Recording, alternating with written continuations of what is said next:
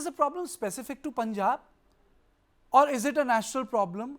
Because one thing which I fail to understand is, if it is the national problem, then every state capital in this country would have come to a standstill. There is a part of the NCR which has been choked to death.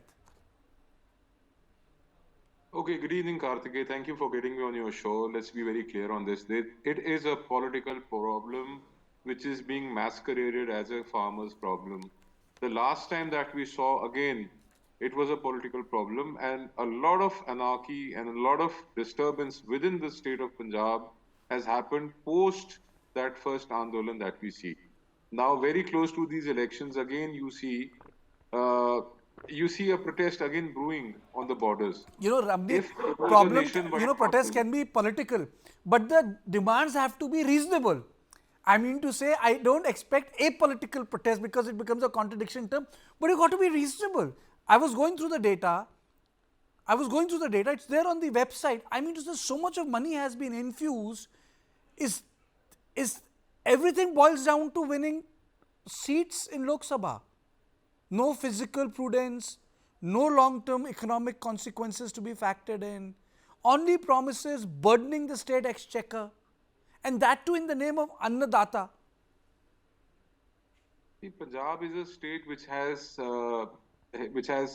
declined over the years, and the primary reason for the decline, the fiscal decline, the financial collapse of Punjab has been continuous protests and disturbance in the state, whether it was the terrorism era or it is now the protests one after the other.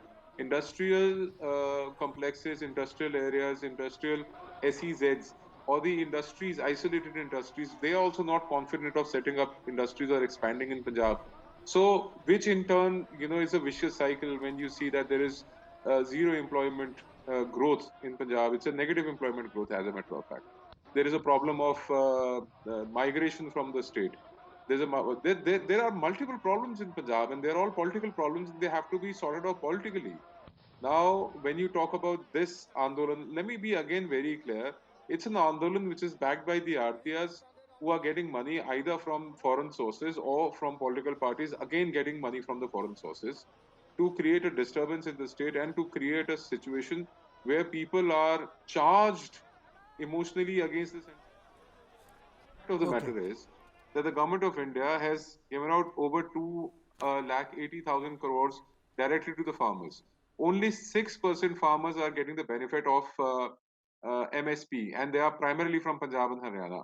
The government is purchasing wheat and paddy, wheat and paddy, wheat and paddy in rotation, whereas we are spending a lot of money from the government exchequer from Okay, foreign Ramnik, sorry, I resources. just need to stop you for a minute because Dr. Prem Vashist also joins me. Uh, Someone who also understands agricultural economics. Thank you so much, sir, for joining me. Uh, in, I would like to know that if there is a problem, then it requires a reform. Why does it take a form of a violent protest? Well, you see, let me first make it clear that when they say guarantee, constitutional or legal guarantee of NSP, it has to be clarified whether does it really imply that all the grains or any agricultural produce on which MSP guarantee is given is to be procured by the state. Now, it is virtually not feasible that all the thing that the farmers offer to sell can be procured by the state. That's not feasible, not possible.